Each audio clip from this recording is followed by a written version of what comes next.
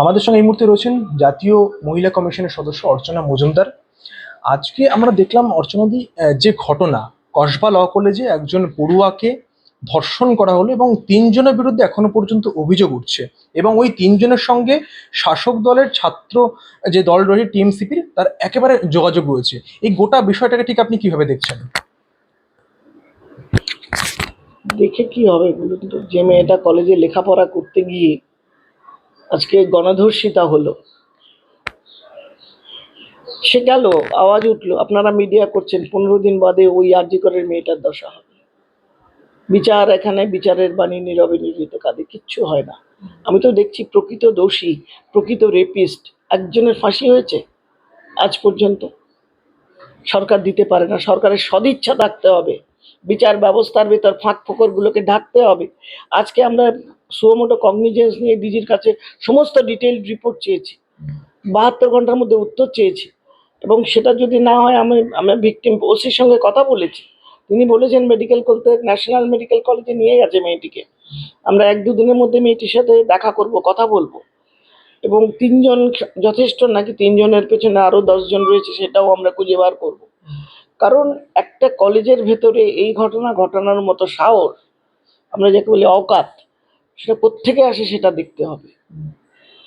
দুষ্কৃতি সব জায়গায় থাকে, কিন্তু দুষ্কৃতিকে যারা সাপোর্ট দিয়ে ভোটের কারণে বা টাকা তোলার কারণে যাদের মাথায় তুলে রেখে দিয়েছে, সেই লোকগুলো আরো বেশি পাপ করেছে, এবং তারা মেয়েদের আরো বেশি ক্ষতি করছে। আজকে বাংলার মেয়েরা কোথায় যাবে?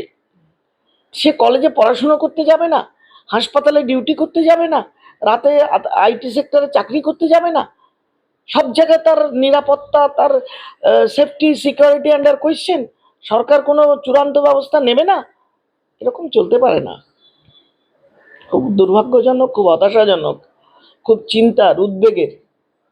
না, আপনি একটা কথা বললেন যে বাংলার মেয়েরা কোথায় যাবে। আমরা যদি জানি যে বাংলার মেয়ে, আর একটা শাসক দলের আমাদের একেবারে নির্বাচনী একটা একেবারে ভাষণে তারা বলে যে বিভিন্ন রকম প্রচারে যে বাংলার মেয়ে বাংলার মেয়েকেই চায়, অর্থাৎ মুখ্যমন্ত্রীর কথা বলেন। তাহলে বাংলার মুখ্যমন্ত্রী তিনি একজন নারী, মমতা বন্দ্যোপাধ্যায়। তার শাসনে তার রাজ্যে যদি এরকম হয়, তাহলে বাকিদের কি হবে? মানে আগামী দিন কোথায় যাচ্ছে বাংলার নারী সুরক্ষা? হ্যাঁ, লাস্ট কথাটা ঠিক বলেছে। আমি কিন্তু মুখ্যমন্ত্রী বা তাদের বিরুদ্ধে, আমি তো রাজনৈতিক ব্যক্তিত্ব নই, আমি কনস্টিটিউশনাল বডিতে, আমি আইনের জন্য কথা বলবো, আমি মেয়েদের সুরক্ষার জন্য, মেয়েদের নিরাপত্তার জন্য বলবো। তাদের উপরে ঘটে যাওয়া যে ক্রাইম, তার বিরুদ্ধে আন্দোলন, লড়াই দেব। আইনি যে ব্যবস্থা আমাদের কনস্টিটিউশনে আছে, কনস্টিটিউশনে আইনের ভেতরে তার সঠিক বিচার হচ্ছে কিনা সেটা দেখব। কিন্তু আপনি ওই লাস্ট যেটা বললেন না, যে মুখ্যমন্ত্রী বলেছেন, লাস্ট কথা, নারী সুরক্ষা কোথায় যাবে নারী আগামী দিনে সুরক্ষা, বাংলার? নারী সুরক্ষা আজকে নেই। তাহলে আরজি করের মেয়েটাকে মরতে হতো না, গ্যাংরেপ হতে হতো না।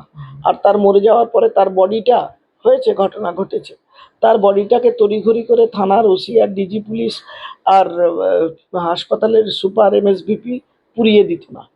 আর যদি তাই হতো, তার ফরেন্সিক টিমের মধ্যে নিজেদের লোক বসিয়ে তার রিপোর্টটাকে ডাইভার্ট করা হতো না। আর যদি সেটাও হলো, তাহলে ওই ভাঙচুর করে মাঝরাতে প্রমাণ লোপাট হতো না। এই ঘটনাগুলো প্রমাণ করে যে পাপ, ক্রাইম, রেপ, এই ঘটনাগুলো একটা সিস্টেমে হচ্ছে।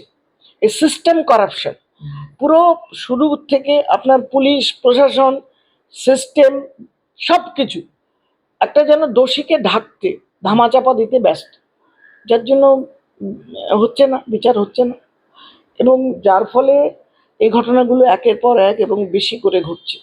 সেই জায়গায় দাঁড়িয়ে কমিশনের কাজ হলো সঠিক নজরদারি করে সঠিক উত্তর এবং সঠিকভাবে দোষীকে সাজা দেওয়ার ব্যবস্থা করা। আমরা সেই কাজটাই করব। যে রাজ্য মহিলা কমিশনের সঙ্গে কোনোভাবে যোগাযোগ করেছেন আপনারা, বা? আমরা ওদের সাথে যোগাযোগ করার কথা নয়, ওরা এসে আমাদের সাথে কথা বলবে, কি করবে, ওয়ার্ক অ্যাকশন প্ল্যান এগুলো নেয়। কিন্তু এই রাজ্য থেকে দুর্ভাগ্যবশত কেউ আসে না। তবে আমি নিজে একবার রাজ্য মহিলা কমিশন অফিসে গিয়ে ওদের সাথে আলাপ এবং কাজের কিছু কথা বলে এসেছিলাম, কিন্তু তার রেসিপ্রোকেশন পাইনি, দুর্ভাগ্য। এবং আপনি, বিশেষ করে আপনি পার্সোনালি, আমরা দেখেছি এর আগে রাজ্যের বিভিন্ন নারী ইস্যুতে আপনি সোচ্চার হয়েছেন, সন্দেশখালী থেকে শুরু করে একের পর এক ইস্যুতে, আর যে করেও আপনি সোচ্চার হয়েছেন, আপনি বললেন আমাদের মুখোমুখি হয়ে। কিন্তু end of the day result কিন্তু সে কোনো কিছু সেরকম প্রকাশ্যে পড়ে না, মানে দিন চলে যায়, আন্দোলন হয়, একের পর এক রিপোর্ট জমা পড়ে, তদন্ত হয়, কিন্তু আসলে যে গোটা সমস্যাটা সেটা কি নির্মূল করা সম্ভব হয়েছে এখনো পর্যন্ত? আপনি ব্যক্তিগতভাবে কি মনে করেন? খুব ভালো প্রশ্ন করেছেন। আমরা প্রচারে আসি না। হয়তো আপনারা একটা আরজিকর দেখাচ্ছেন, একটা ল কলেজ দেখাচ্ছেন। আমাদের কাছে এরকম ভুরি ভুরি। গতকাল কল্যাণীতে আমরা 60খানা মেয়েদের উপরে মামলা সলভ করে এলাম।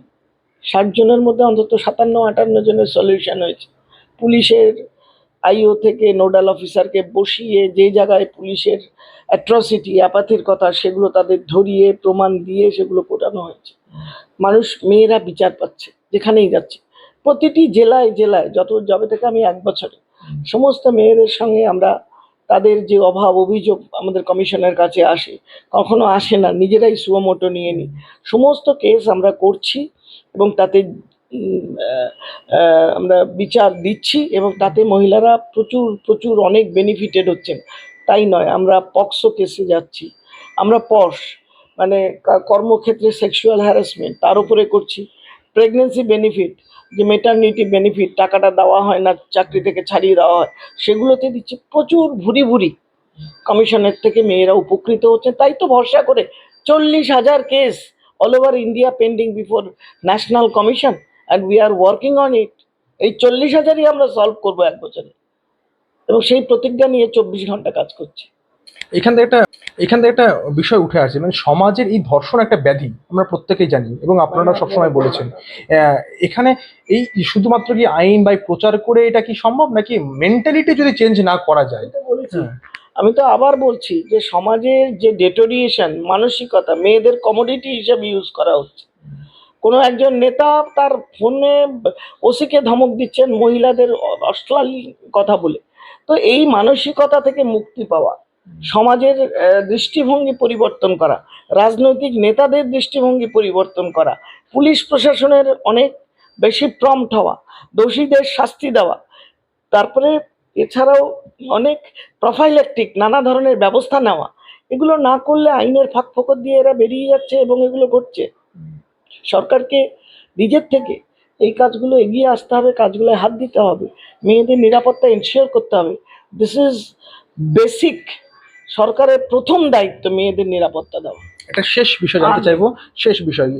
তৃণমূল এই শাসক দল এই গোটা ঘটনার পরে গ্রেপ্তার করেছে এবং বলছে যে গোটা ঘটনার ক্ষেত্রে আমরা সক্রিয় ভূমিকা পালন করছি। তাহলে আবার বলছে তারা সক্রিয় ভূমিকা পালন করছে, কিন্তু আপনি কি এক্সপেক্ট করেন আসলে এই গোটা বিষয়টা সামনে এসে সত্যিকার তদন্ত হবে সম্ভব?